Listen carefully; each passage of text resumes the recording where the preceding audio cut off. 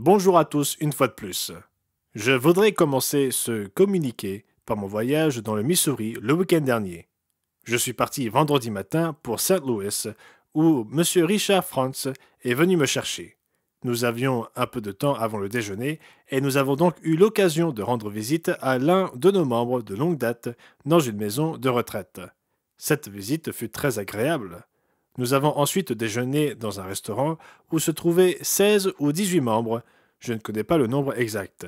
Mais c'était un bon nombre de membres et j'ai eu l'occasion de revoir certains que je n'avais pas vus depuis bien longtemps. J'ai été pasteur de la congrégation de Saint Louis quand j'étais en poste à Kansas City pendant environ 2 ans.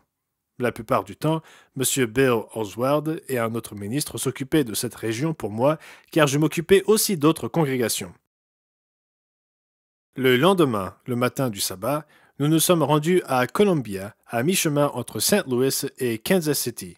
Nous y avons célébré l'assemblée du sabbat à 10 heures, puis nous avons pris un léger déjeuner, et dans l'après-midi, nous avons assisté à la conférence du monde de demain.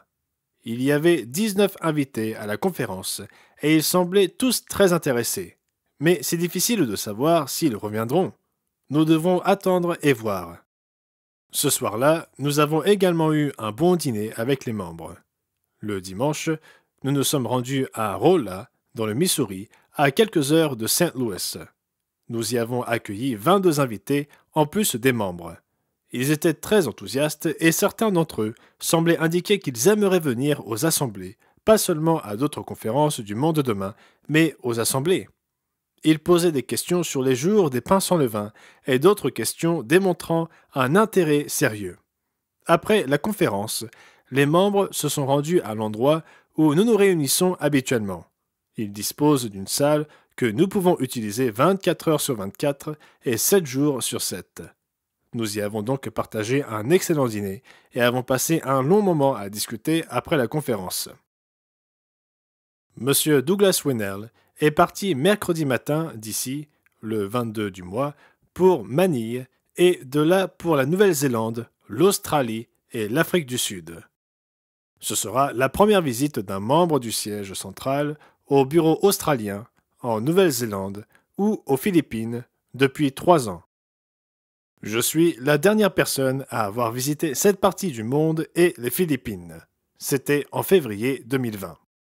C'est donc la première fois que M. Winnell, ou l'un d'entre nous, a l'occasion de se rendre dans ces régions du monde depuis lors.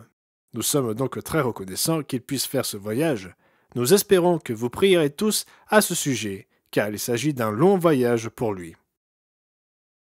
M. Peter Nathan a également visité une région, en Suisse, à Genève. Et c'était la première fois que le directeur régional s'y rendait depuis 2020. Là encore en raison des confinements et d'autres facteurs. M.